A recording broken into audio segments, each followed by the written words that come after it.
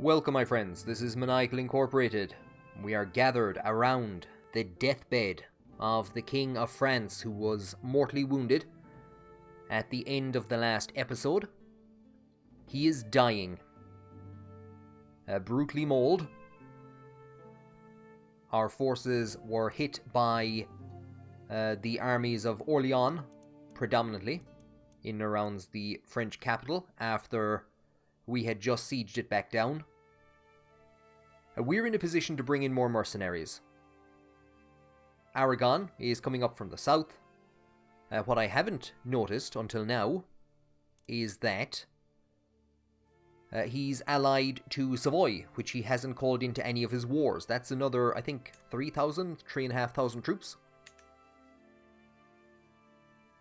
The only issue is the king will die shortly, and when he does so, his son, who is a prisoner of the Duchess of Orleans, will inherit, and the war will immediately come to an end. There is nothing that can be done to save the Normandy dynasty. And the loss of our allies in Normandy is going to put us in a very difficult position. I would not be surprised if, by the end of this war, we have lost somewhere in the region of 17,000 troops in terms of allies. A couple of episodes back, it was telling us that we could muster 32,000 if we brought in all our allies, after executing our wife in the last episode. And now we're about to lose Normandy and the Kingdom of France. I'd say we're half that number. Mentioning our wife, I think she may have been our court physician. Ex-wife. Beheaded wife. So we need to appoint a new court physician, a position that had been held by Mincoan, our executioner, who we discovered was having an affair with our wife. We'll deal with you yet, don't you worry. Our son, Prince Patrick, everyone is poor for the position of physician, but Patrick has a good reason to become skilled quickly. Severely wounded, or he's been wounded, severe health penalty, so we're going to appoint him as the new physician to replace his mother. And with the last while, we've been getting a pop-up that we have too many duchies and too many counties after the death of our brother Cronon. So we're going to look to handing those out, and instead of handing them out to members of the military, I want to hand them out to members of the Dál Fiatach. The problem is that the dynasty is in an absolute mess. So if we look here at the sons of Amlib, well, there's Cronon, he's dead, and there's Amlib himself, so there's no kind of valid people here to give the titles to. Our uncles, then, of course, we are highly suspicious of all of Gillicullum's children, and of, well, Dynastic will be dealing with you as well. Dynastic had no sons, and there is Murica, again, we're suspicious of those two, so that's basically all of Cronon's children out of the way. Khosrook had no legitimate male descendants eligible to succeed, and we're now into Croatia. Kailach, the king of Croatia. We have a rather bizarre mixum-gatherum of people here. So we have a couple of people, but they're too out of range to actually inherit. There's a few. So there's Kailach, there's his brother Muel Brassel, and one of his sons, Crundmoil, is within range. He's in Lancashire. I have invited him to the court, and we're going to give him some land, and because he actually has a son who is also his own cousin. So he married Crundmoil is married to his cousin. Look, this family. And there is one more. I might be able to find him right now. He's actually in Leinster. We'll just give a very quick look. It's one of Laura's sons, if I am correct. It's not. It is... so, God, we're going way back to Cuanu. His son, Laura, who if I remember correctly, died from his wounds a couple of days before our father. So Leabhra's son Leabhra has inherited, and Leabhra Senior's son, well, Brazil. Anyway, look, Cosric, we're going to give him a county as well. That's what I'm trying to say. Everyone gets counties.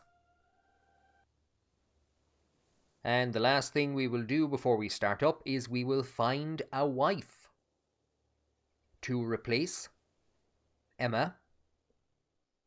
We do need to get some alliances going again, and there is good numbers in the Duchy of Austria, 2,500. We also have the Duchy of Schleswig. In Denmark, that would be an interesting alliance, and then we're looking at Gaelic bands and Danish bands. I'm not too sure how to call them into alliances or into wars. So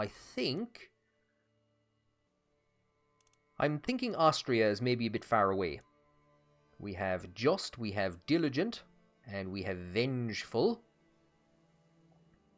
and we have good stewardship, which I think is what's going to be most important to us. And we have some intrigue skills. I think Marguerite would suit Cruhuer down to the ground.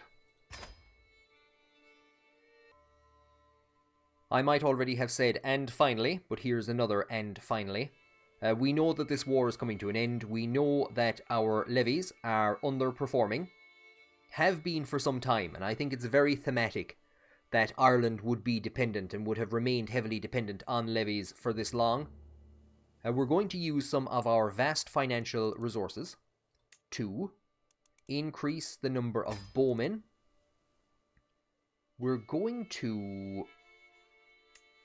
I'll just do this for now. We'll increase this to 5 or 6. We will get rid of you. And can I increase this as well? We can. And we'll look at maybe recruiting. I don't know what we'll recruit in place of those. We could look at horsemen. They don't tend to perform well in Ireland. We're not performing a lot in Ireland. We might look at getting onagers. Even though we're moving towards trebuchets. So that's also something we might want to do, is just hold off basically until the trebuchets come in. To replace the mangonels. We don't have a lot of horsemen, and horsemen tend to be very expensive to recruit in terms of mercenaries. I don't know, would horsemen have done tremendously well in any of the recent battles that we've had. I think that bit of an expansion at the moment. Extra mangonels, extra bowmen. We've sorted out the light footmen, and we will throw in... We've seen our armoured footmen getting hammered of recent, and they are pricey. They're not the worst. We leave it, and we'll start her up. Oh no, our alliance has ended. Oh yeah, because we executed her daughter. That marriage has been agreed to, and Cromwell has arrived at our court. Our spy master has uncovered a secret held by Cuanon. Cuanon is a deviant. Cuanon has good traits as a potential physician. There is Crundmoil, Irish. Adamite. We consider them hostile, and they consider us hostile, and they've no head of faith. Oh, they're gas. Chastity is a virtue by the Adamites. Okay. So, sanctity of nature, and of course, there you are. Adherents do not wear clothes. So that's why we have a ton of people in pajamas, because I have the nudie settings turned off. Because I wasn't going to be... And it's a good thing, because basically the entire Croatian court is Adamite. So I'd have been photoshopping in Flanchin of the Second's head every 5 seconds into various different places. We're going to gift him. We're going to gift Crundmoil David. And entirely likely that I will give him the duchy. So there you go. at the very least, that has gone away. I think we still have too many duchies. I think we still have too many duchies, but I'll probably grant him the duchy itself. We're going to see if we can get the kid in Leinster. He's, at the moment, we can't invite him, but maybe when he comes of age, we'll be able to invite him, give him Gwent, and then grant the duchy to Cromwell. I just gave a quick look through the court there, sorting out some courtiers, some children who had no educators. Here is Louis, Mock Louis. If our dreams ever come to pass and we're able to put his father on the... He's after going way off. Oh no, he's not. He's in the army. If he comes back alive, and if we manage to put him on either the throne of Aquitaine or Lyon, this guy will need alliances, basically. So, here is Matilda, who we had an opportunity to marry, so we passed her up. So we are going to have Louis marry her, and that will hopefully act as an alliance.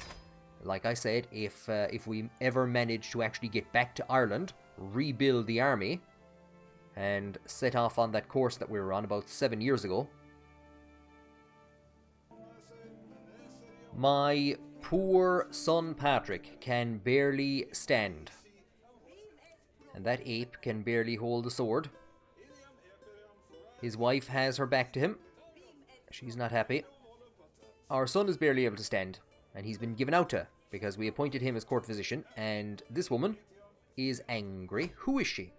She is the wife of Muireadach, Mac Murracha.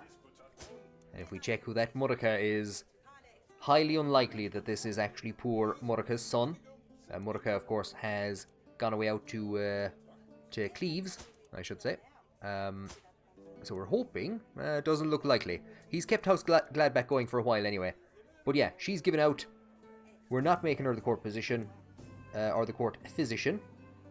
We're definitely not making her the High Alamoner, because I don't think she has any skills of use for anything.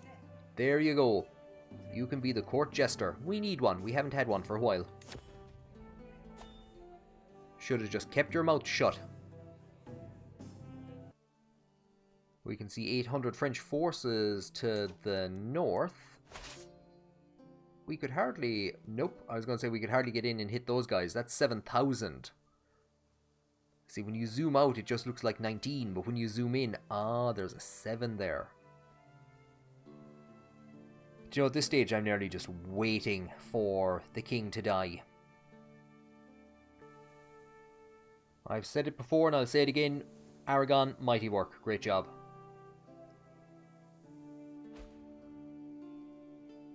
And there you go. The alliance has expired. Tons of things have just happened. Our armies almost got caught. The king hasn't been released somehow, has he? No, he hasn't. And we're at minus 100% war score. So there you go. The King of France has died. His son, King Henri III, has succeeded. Died as a result of his wounds. Our ally, Savoy, has now joined the war. Fantastic. Great timing, Savoy. Fantastic. We're at 11,000 troops against their 8,300. It doesn't make an ounce of a difference. It does not make an ounce of a difference. We have drawn our forces out, and I imagine that we're going to get that pop-up in a few seconds. There's nothing we can actually do until we either get our numbers back. We have lost the war.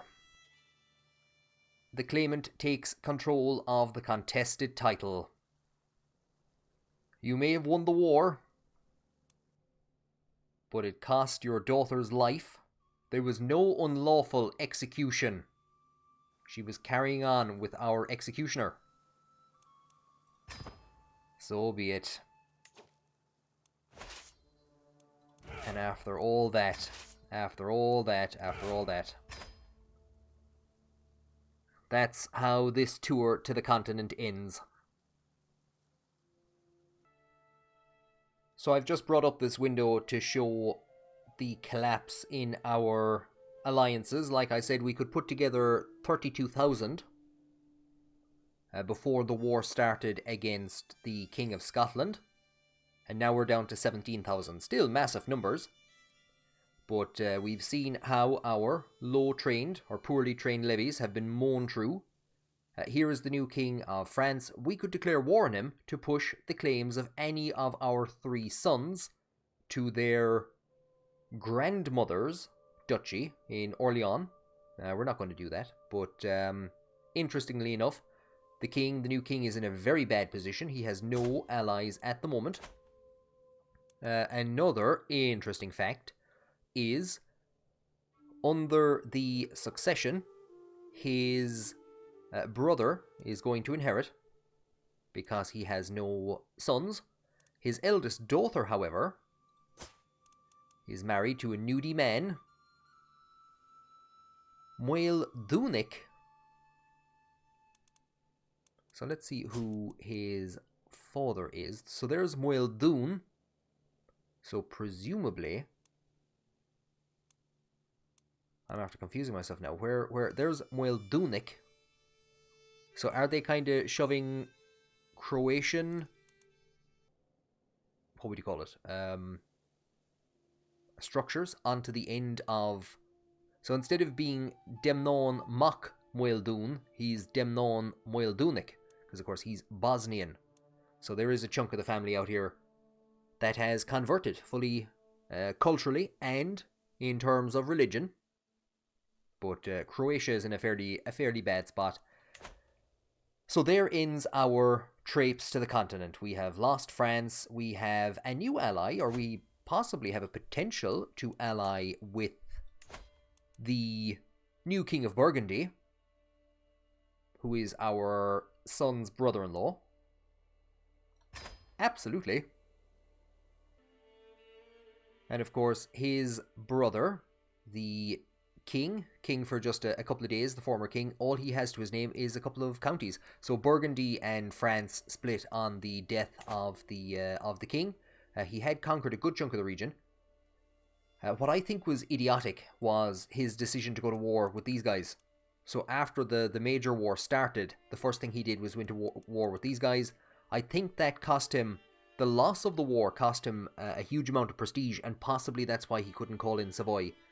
The historians on Discord will be analysing this war for centuries.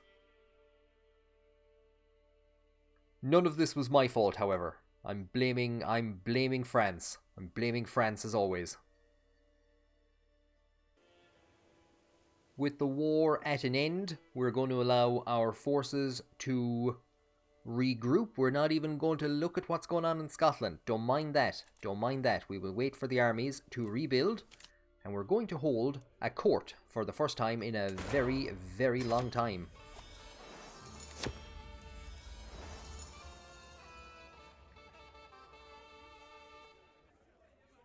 And of course, today is our new wife's first day out, seeing what's going on in the court.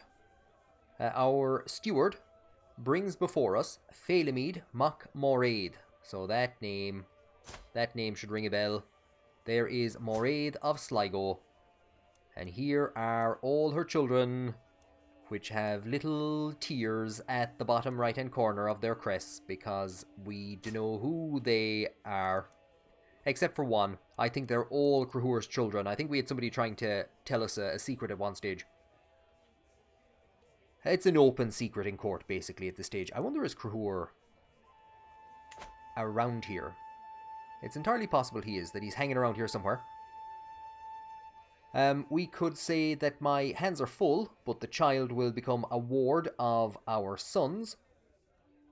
So I should see what his actual learning, and I don't know, is Patrick going for learning? He is, actually, yes. So poor Patrick has enough on his plate at the moment. Not the crown's problem, we're not going to adopt him. Send him off to Patrick.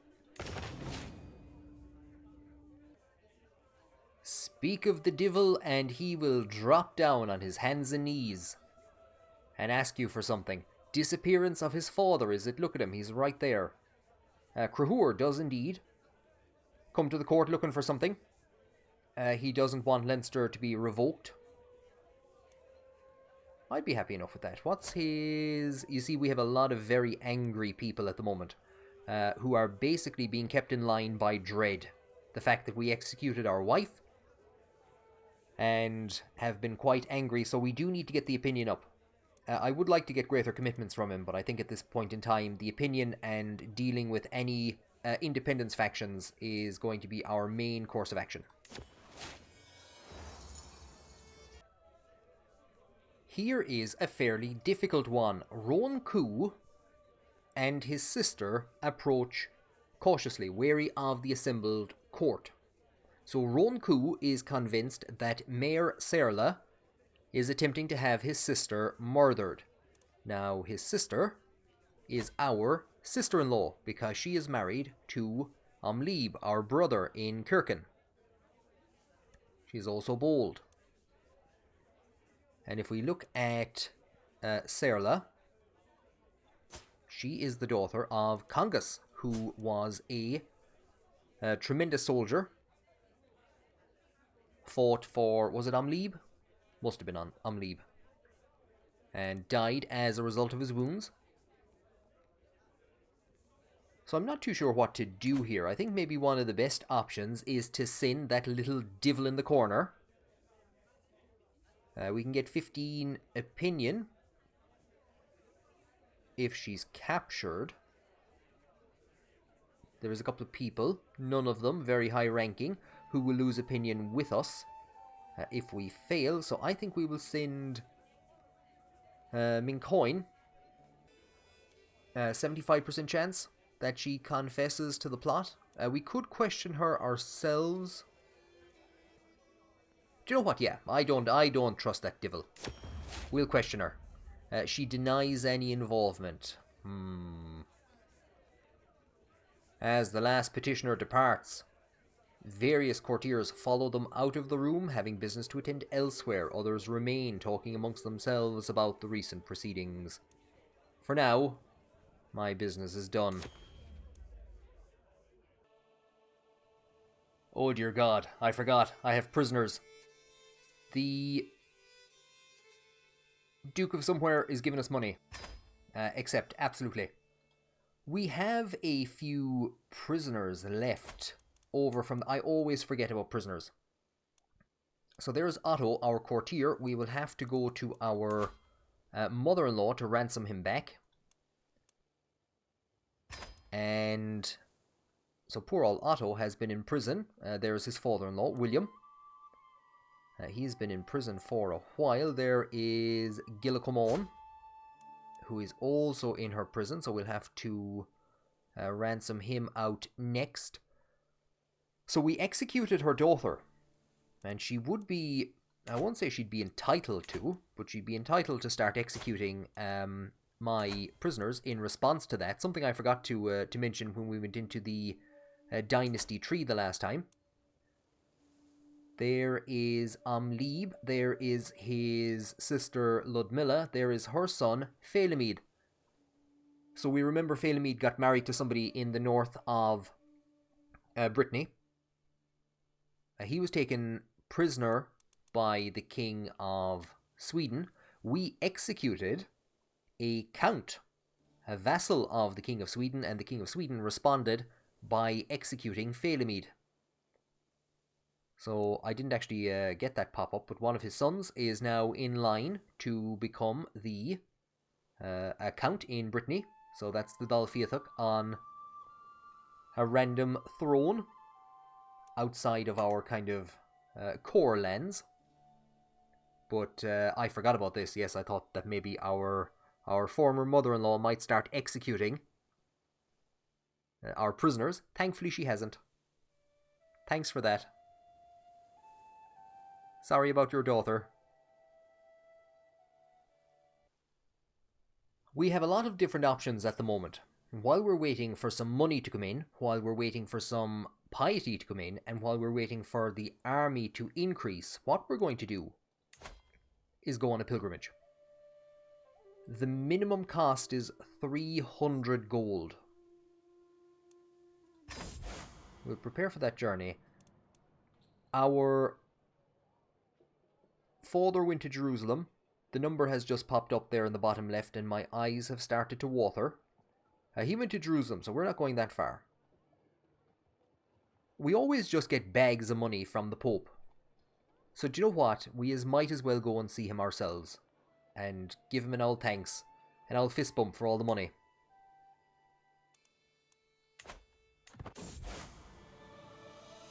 As I prepare for my journey, I know that I will travel safely under the protection of God. Well, that's if we can get out of Scotland and England, and if we can get past Orleans. And maybe Tuscany. I don't know if it's that safe. As we are wandering about in a forest, we hear a rude story. People are laughing about a High King. And we ask where this High King is from, and they say, don't worry. It's not you. It's obviously some High King in some far-off place called Ireland. So they're either laughing at us or they're laughing at the father. We could lose some stress. We could gain dread and lose piety. I think we'll get... Don't you worry about dread. We'll get dread some other way. I don't know if the implication here is kind of we stare at him and awkwardly make him tell us the story, but we're going to lose some stress because we haven't been losing a lot of stress. We've been swaying the Pope. Are we swaying the Pope? We are.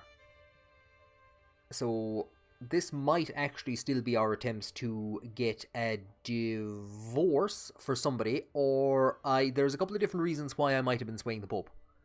But we've got an idea in our attempts to align with him. We can make a convincing argument. You know what? Absolutely. Yeah, look at that.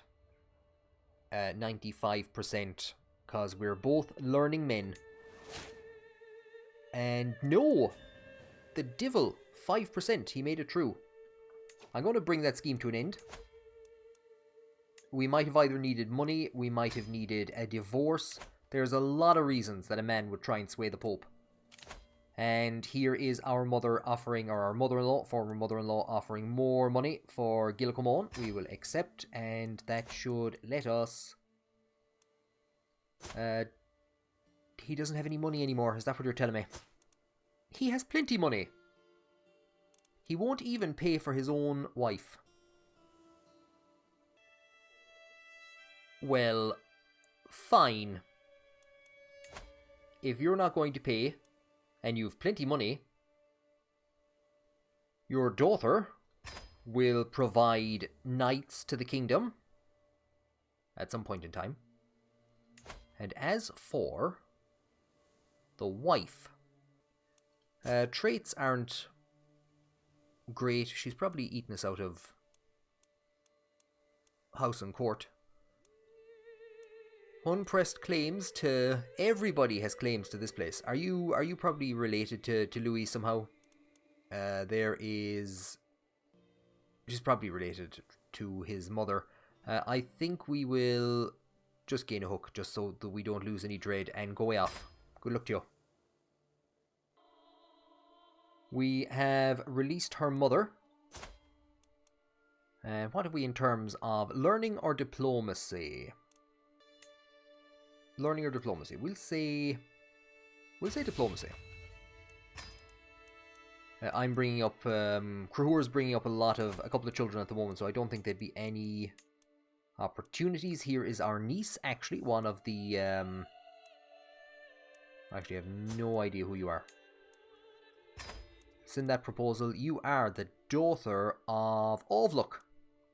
So she's come to our court. We might actually see about organising a marriage for her. We could even try and marry her into the family to keep the beautiful trait. No, maybe not. But yeah, we'll see. Let's see if we can find a suitable marriage. We did actually have an option to marry her out to the King of France, the new King of France, to secure his 1,900 troops. Because, of course, his wife died and he has no sons, so he is looking to try and keep his direct descendants on the throne instead of it passing to his brother. Instead, here we have Nat Friach, who's actually in France. Giant. And the prowess, the military figure isn't great. He is a blade master, aspiring blade master, and 24 prowess, so we will send that proposal. As we continue on our pilgrimage, we come to a small town and we notice a throng of people filling the market square. At the centre a man stands on an overturned fish cart, shouting wildly, "The day of judgment is nigh." Because we have learning, we can shout some Latin at him. Gain prestige and piety, lose stress, or gain 100 piety. Gillen and Knave, Shannon. So Knave would be saint. So servant of the saint. So the servant of the saints, we will shout some Latin at you. Go way out of that. And it killed him. It killed him. This is just becoming a daily occurrence now. Like I said, just write all their names out and send them on to us. We've arrived in the Vatican. Body and soul. We get a stick. And we gain Determined Pilgrim for 10 years and 625 piety. Fantastic. Our daughter Muirin, who we're educating, is trying to steal somebody's travel chest. She has gained Deceitful, which is not great for learning focused characters, so we will have to take 54 stress to make her honest.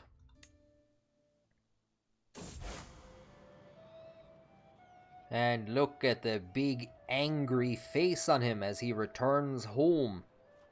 It's good to be home. I wonder, is it? Something I was watching for up here in Kirkin is Muil Mura, the Impaler, who of course was the lover of Cailleach Fineen, who murdered our uncle. He was executed by Amlib. I intended to duel this man, so I saw that for a very lengthy period of time he was in Amlib's prison, and my intention was to take my stress out on him, take out my anger on him.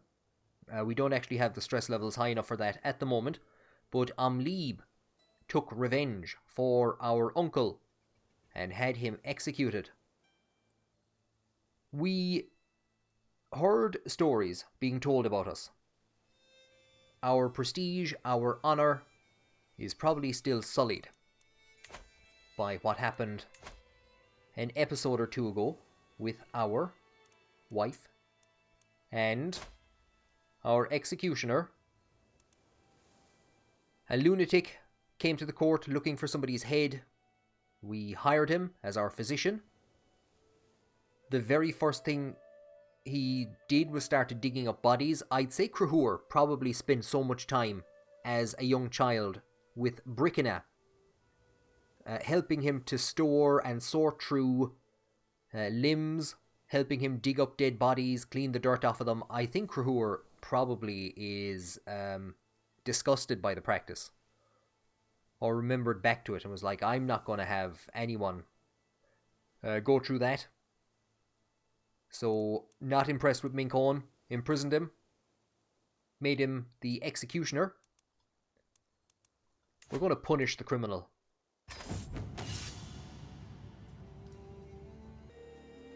So we have a 0% chance to imprison him. However, we challenge him to a duel, and if we win, we will get to send him to prison. It's entirely possible that he could also kill us. He has 0 prowess, however. We pace in lazy half circles. I raise my Welsh Warhammer. It's better than the one that we found in France, so we haven't swapped it out. The fight is until first blood. And with a sudden Twitch stream, our bout begins. So it's going to be on the pools, beach and hot tub section, obviously. Minkon raises his hammer in a strangely familiar fashion, then executes a near-perfect crushing thwack that I could swear I've seen before.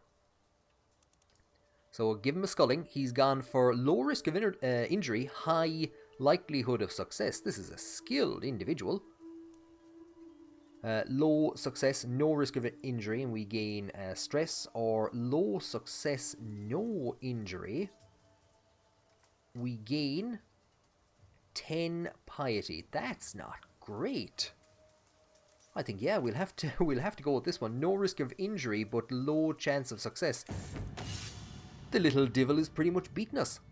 God is wise, and his wrath is on my side. I shout my devotion to the heavens, that Mincone might tremble in fear before my faith. Unexpectedly, he manages to swing a vicious kick for my shin. Oh, he's low, he can get in low. My form is good with only small errors, and his stance is formidable. High success, high injury.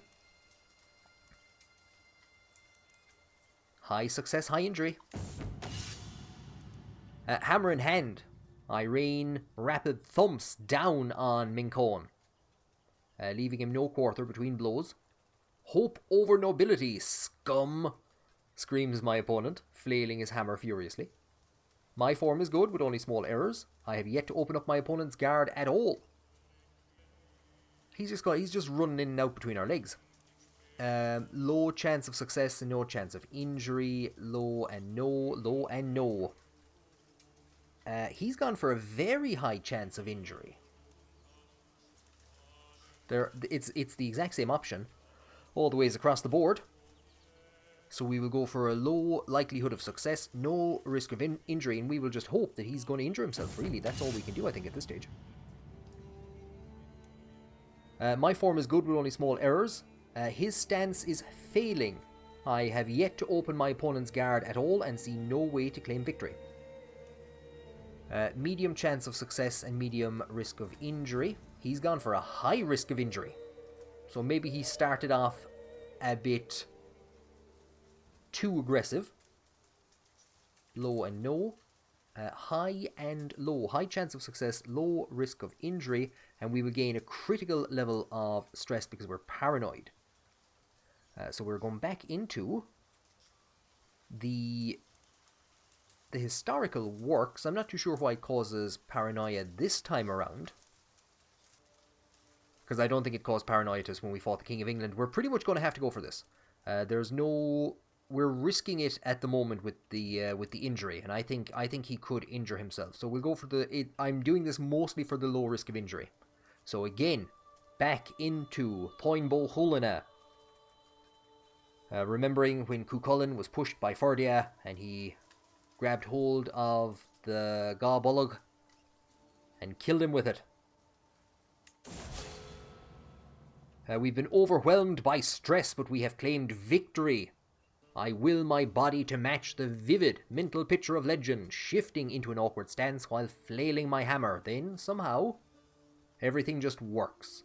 I brush aside Mincone's guard with ease, knock the hammer from his hand, and send him plummeting to the ground. Before I know it, I'm getting ready to pulverize his waist. Surprised, confused, and increasingly terrified. It's all Mincone can do to stammer out a yield. I am victorious. I think we have learned that we need to practice our martial skills a bit better. Mincone had 0 prowess, and he pushed us.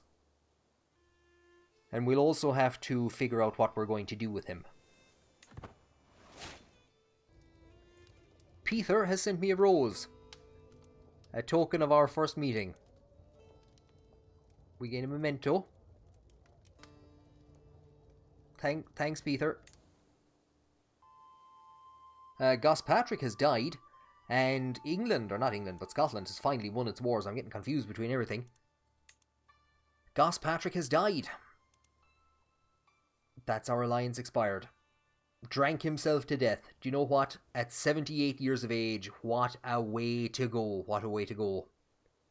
Gospatrick has been a good and trusted friend to the family for about 3 generations, I think. His father was a bit of a devil, and actually he has died just like his father did. Also drank himself to death. So Gospatrick managed to elevate himself to the level of Duke. There is his sibling. So who inherited? his grandson, I believe. Yes. So the new Duke of Lothian. I doubt we're in a position to negotiate alliances with him, so that's probably our links into Lothian gone, and they have been good and trusted allies for many's a war at this stage. We saw there was a big argy-bargy going on with Scotland. They have managed to win one of their wars, at least, to keep hold of, I think it was the Isles. Denmark, I think, was trying to seize the Isles, so there was a lot of anarchy going on there. And so, Denmark finds itself in a weak position, just 700 troops. It finds itself in 2 wars. Strathclyde is fighting for Carrick, and somebody else is fighting for an artifact claim. We had been waiting for this war basically to come to an end before. I'm going the wrong way around. We'd been waiting for that other war to come to an end. I was hoping that Denmark would be able to take more land, and then we would declare war to take all of that land straight back off of them. We're going to use this opportunity. We pushed our claims on Carrick a few episodes ago. We are going to declare war. 20,000 allies. We don't need them. We should hopefully be able to handle this with just our own troops. It will probably take a period of time, however, because we're going to march across, we're going to take that area, and then we're just going to have to wait for the war score to kind of tick up, or we're going to have to sail out and attack Denmark itself. We're also probably going to end up at war with the neighbouring regions, or not at war, but hostile to them, that are also trying to attack this area. We should be just in a position to march in the troops and begin sieging. And there, actually, we have a chunk of Danish troops. We could see just before we leave about splitting them. So we're going to send a smaller army across to actually deal with Scotland itself. If we probably can't now, they've probably gone too far. It would have nearly been best to have kept them out of the battle. There you go. We'll just plant them there. Burying the hatchet. We've had our differences in the past, but don't you agree that it's time to let bygones be bygones? Whatever is between us, let us start anew. You see, he is a good executioner. How could I stay mad with you, Mincon? We have found out more about Bridget. Okay, we can forgive Mincon for sleeping with our wife. Do you know what he found? He found that she was unfaithful to us. I'm utterly sick of this. Murdered one of our knights. Is now questioning Catholic doctrine. God damn it, Bridget. Bridget has been imprisoned easily enough. And you know what? There is that victory. We will send that force up to hit these guys with a crack. It's telling us there's a chance of a loss. That's probably because these are just levies, pretty much. So that army is under our brother. We'll drop it there. Where am I going to? I'm going to the courtiers. I'm going to the prisoners. Mincon, employ as executioner.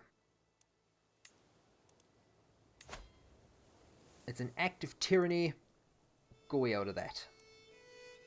Public execution. Won't give us public execution. Oh, we've already done that, but a while ago. I said it before and I'll say it again. What a career Bridget had. Madman's company has actually just gone. So we will... I had them appointed commanding. There is Bruno von Claw. I forgot about Bruno. Bruno von Claw, you absolute brilliant man, you. He's going to help with the siege of this area. We'll see what... the High Queen is pregnant. We have captured somebody who we could have actually seen about making a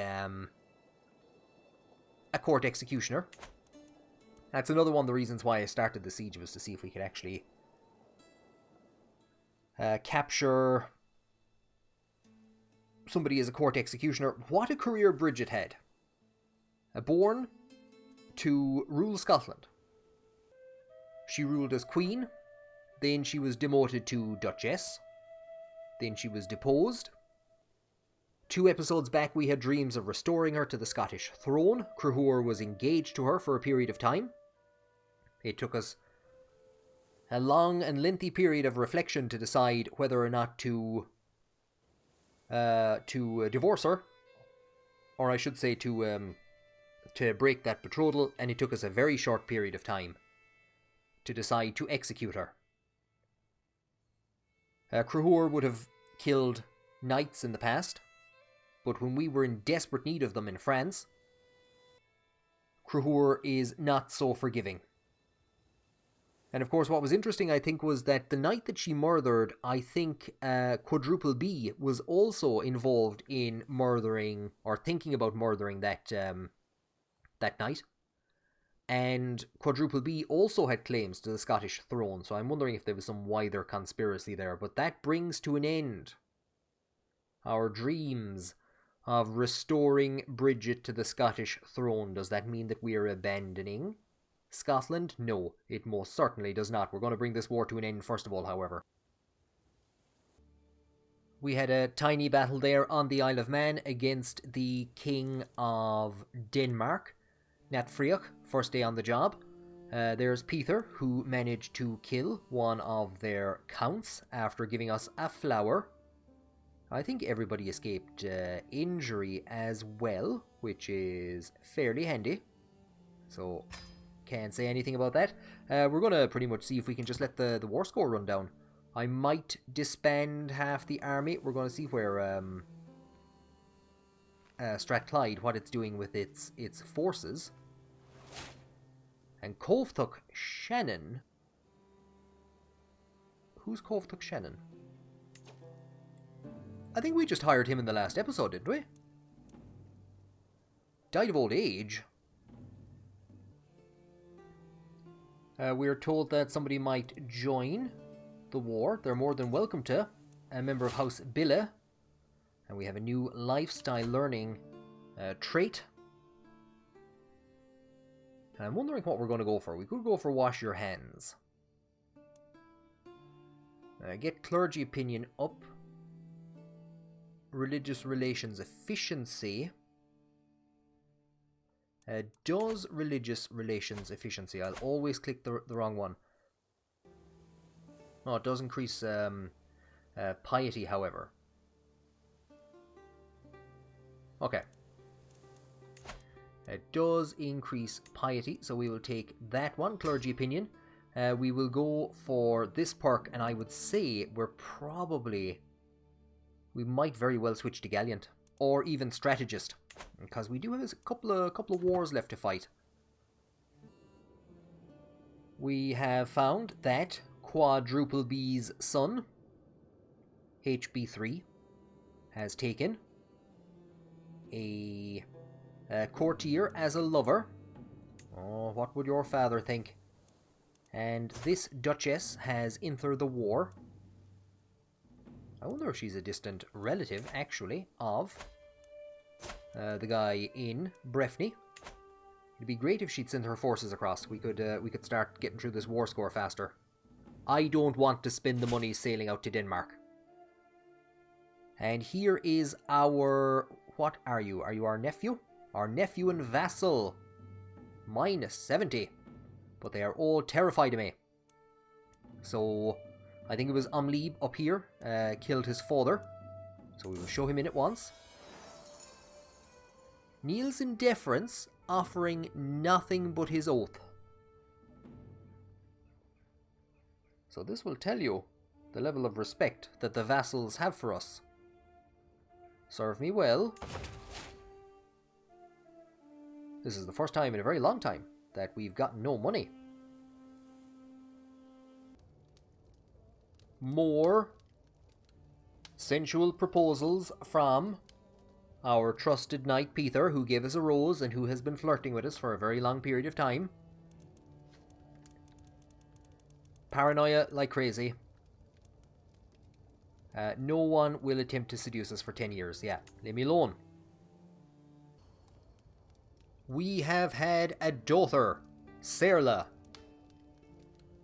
There's been a lot of mentions of Serla this episode, so I think we will go for... we will go for Slonia. May you grow to be strong and wise. There was some really bad choices of names there. Right, well, Ronku, a cannibal. Well now.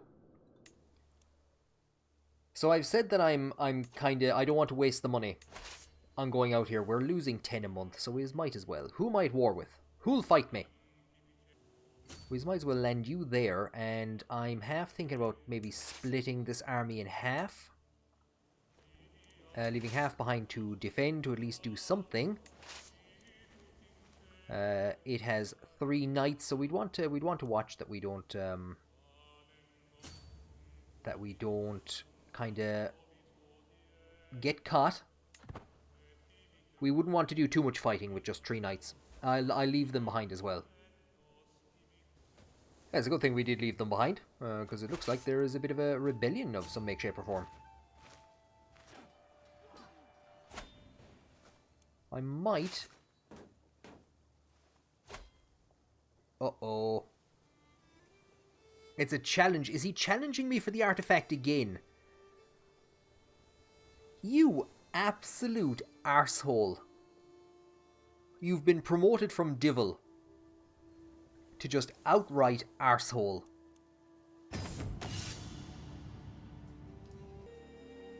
Well, now he's after getting himself a dagger that he's named after himself.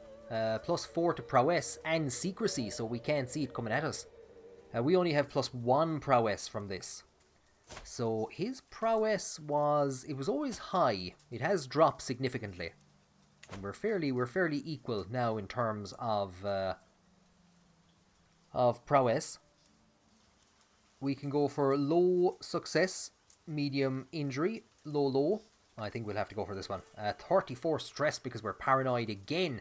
Back into Poinbo Hulana. We can't have much more of that book left. We do our best to remember the legends. His dagger speeding towards my heart. It's only by the narrowest of margins that I dodge backwards. My form is decent with some lapses, and his stance is formidable. We are evenly matched, with victory balancing on a dagger edge. So he's gone for a high with a medium risk of injury. We can go for a medium. Low to no. And low to no. I think we'll have to respond with a probing attack. Dear God, he could take the book from us. Picking my moments carefully. I make several quick strikes, knocking Ethelwald this way and that, slowly widening his guard. He surges forwards, forced me back with a quick slash before bringing a high kick up to my chest. I almost topple. My form is decent with some lapses. His stance is formidable. His guard is fierce, and I feel far from victory. So he's gone for a very high chance of success and a very high chance of injury. I think strike, parry, riposte will be the best option for us. It's a high chance of success. So I think we're keeping the success pretty level, and I'm hoping that he's pushing himself to the verge of injury. I leap into action, launching a flurry of rapid thumps, driving myself hard against Ethelwald's guard, wearing him down with each expertly timed strike. His retort is carefully calculated, waiting for precisely the right point to reply with several quick slashes of his dagger. My form is good, only small errors. His stance is passable. My opponent is still holding off my blows well, but he seems close to faltering. Now he's gone for a medium and a medium. Do we want to push? Do we want to push hard against him at this stage? I think if we push hard against him at this stage and hold off on the Divine Wrath on the next turn, or something like this one on the next turn. Let's see if we can push hard. Oh Lord, no.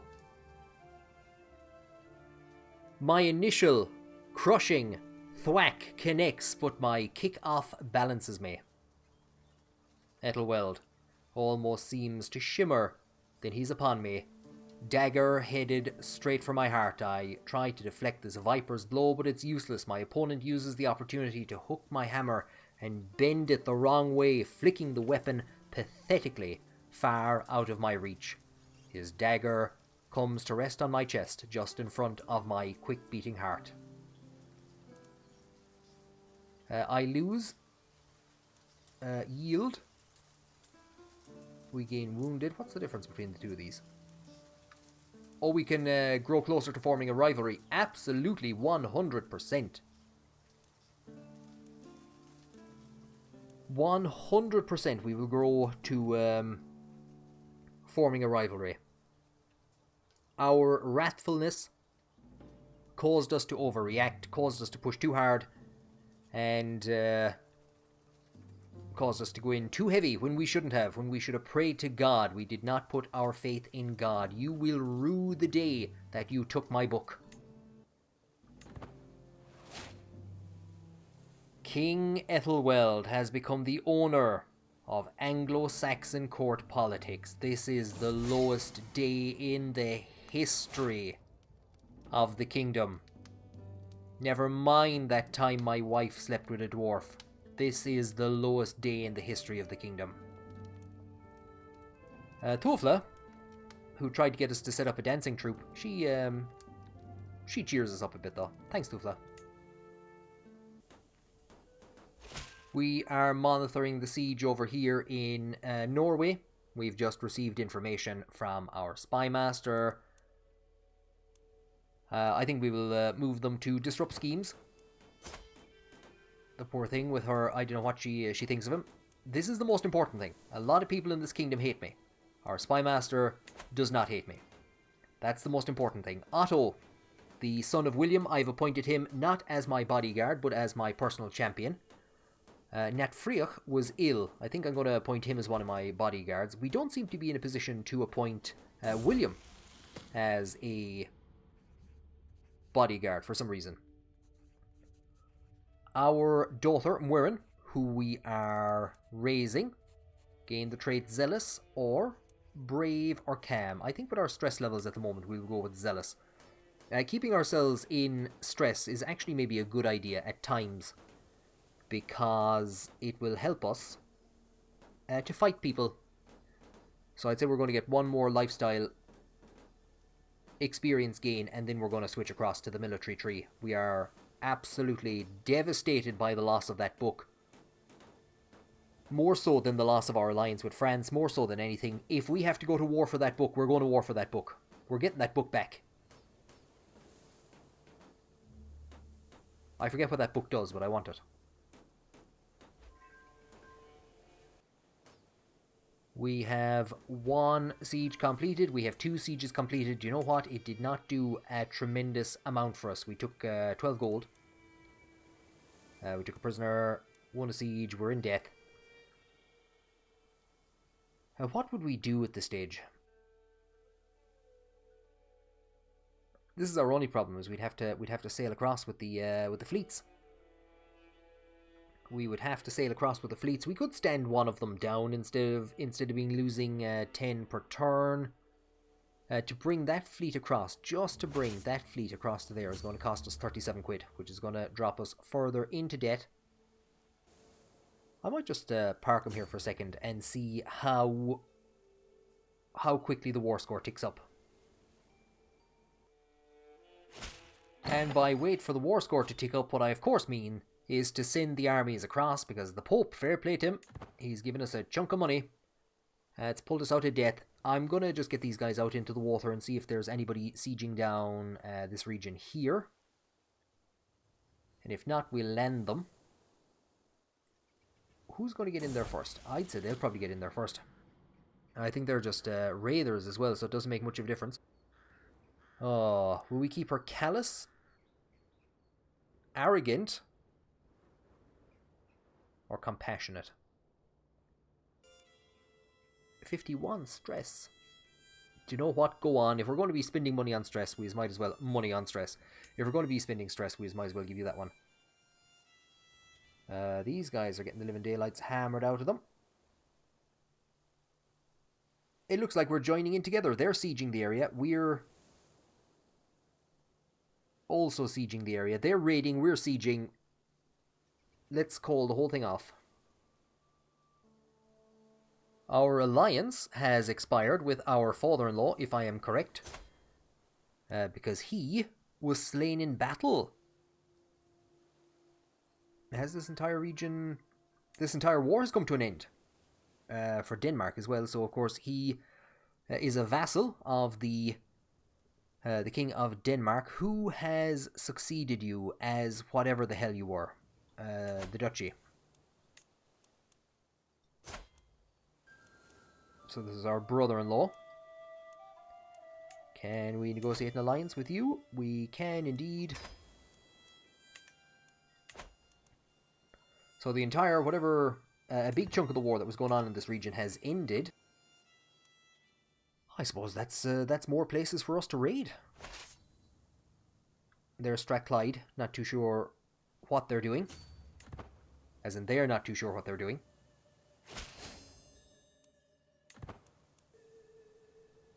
And finally, Cosrock, who I highlighted a while ago. He has a weak claim to Alloch. He is a grandson of Laura. He's come of age. We will... What will we do? We should be in a position to grant him a title. We will grant him Gwent. So we'll grant that title to him. And if we come back up to David, there is Crundmoil. He's still an Adamite. We will grant him the title of the Duke of de Hybert.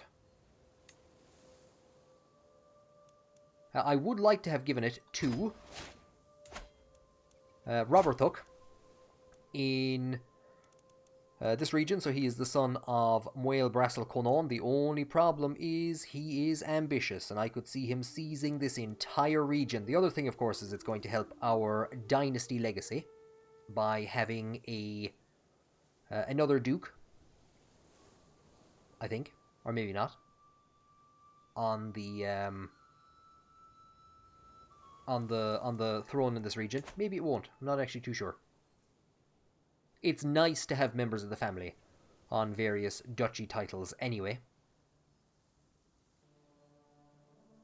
With the way things are looking, we should be in a position to...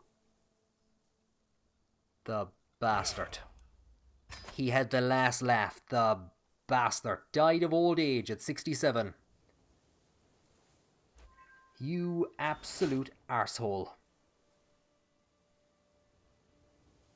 What I was saying there is that we should be in a position to disband that army and at least start saving some money. We're at 98% war score. We're probably not even going to be able to move the army in here to begin sieging this place down. Lifestyle perks. Clerical justifications. Unlock. Martial. Dread gain. Control growth. I will get that book back. I don't care if they've buried you with it. I will get that book back. And this was something that I had meant to address, is Herbert Turfritzen, that name should ring a bell, has succeeded as King of England. He was the successor with a while. Here is his father, Turfrith the Impaler. Died under mysterious circumstances, caused us a tremendous amount of trouble. And what do his alliances look like? Nothing big at the moment. Nothing big at all. He is allied only with Adric. Here's Adric the Foolish. So this is Adric the Second, isn't it? Isn't this the guy that I am thinking of? It is indeed. Killed one of our great knights, one of our crusaders. So that's really all that he's allied with, from what I can see at the moment. Very low piety, very low prestige. My immediate goal had been Scotland. It's entirely possible that we will be paying the new King of England a visit soon. Poor old Denmark has about 175 troops to its name. We've hit 99. We've hit 100. Do you know what? This war was a bit convoluted. But it wasn't as convoluted as the last time that we went to war in Scotland. I still think this finished faster than the last time that we were at war in Scotland. I will come up in this region and disband all. When I disbanded those armies, thankfully only some of them disbanded. The 3,800 men in Denmark are still standing, and they are on their way back, because we are now the new target for Strathclyde's claim to Carrick. I forgot about this. Sorry, Strathclyde. So we're going to deal with them in the next episode. What chaos this has been. The anticlimactic end to the war in France. And the loss of our book, which affects diplomacy, so we don't really care about it, but it's the principle of the matter. It's the principle. Thank you for joining me on this episode, and I hope you will join me on the next one, when we go book hunting with a hammer.